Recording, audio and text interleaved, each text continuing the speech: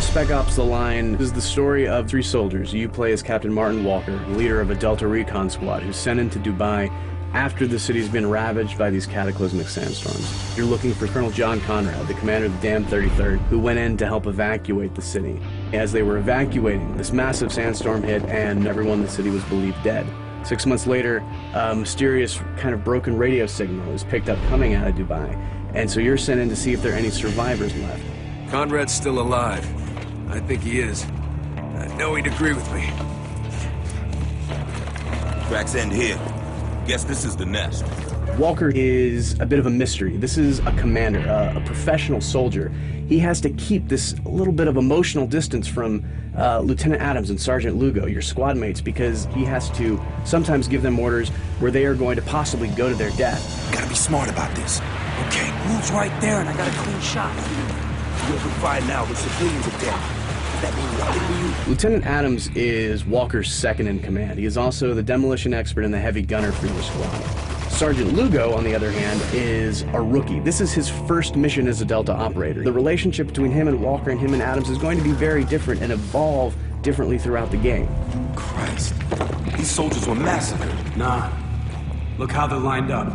This was an execution. Colonel John Conrad is, in many ways, this larger-than-life soldier. This is a man who is both a brilliant strategist, but also the best example of a soldier that he can possibly be. Cover me! I'm reloading! The characters in Spec Ops are not static. These are not going to be the same people that you meet at the beginning of the game by the time you reach the end of the game. Begin.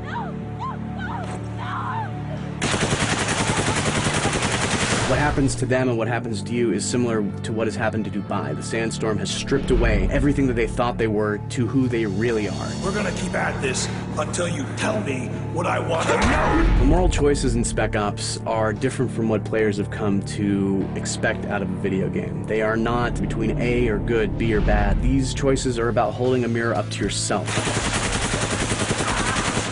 Fuck it, I'm taking the shot. Wait for your orders, Sergeant.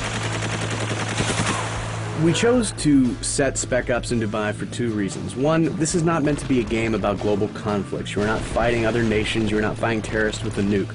So we didn't want people to be thinking about any conflicts that are currently happening or maybe have happened in the recent past.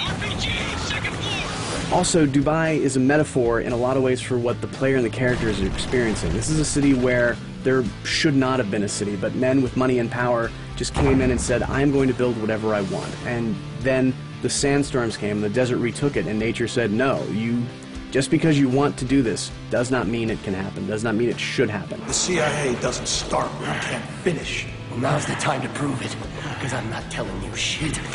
No! What the hell?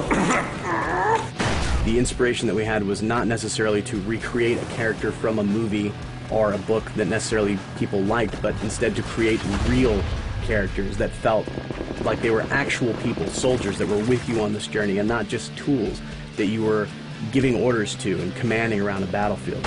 All insurgents wishing to surrender, please report to your nearest outpost for processing. We had many military advisors on the game who were constantly going over the script, checking it for accuracy, and also at the same time performing our mocap so that we had our characters moving like soldiers actually would move. Spec Ops is a game about who we are as gamers, and that's where the title of the game comes in. Spec Ops: The Line. That line between expectation and reality. Who these soldiers think they are and who they actually are. Who we as gamers think we are when we choose a game, and ultimately who we actually are as we play that game.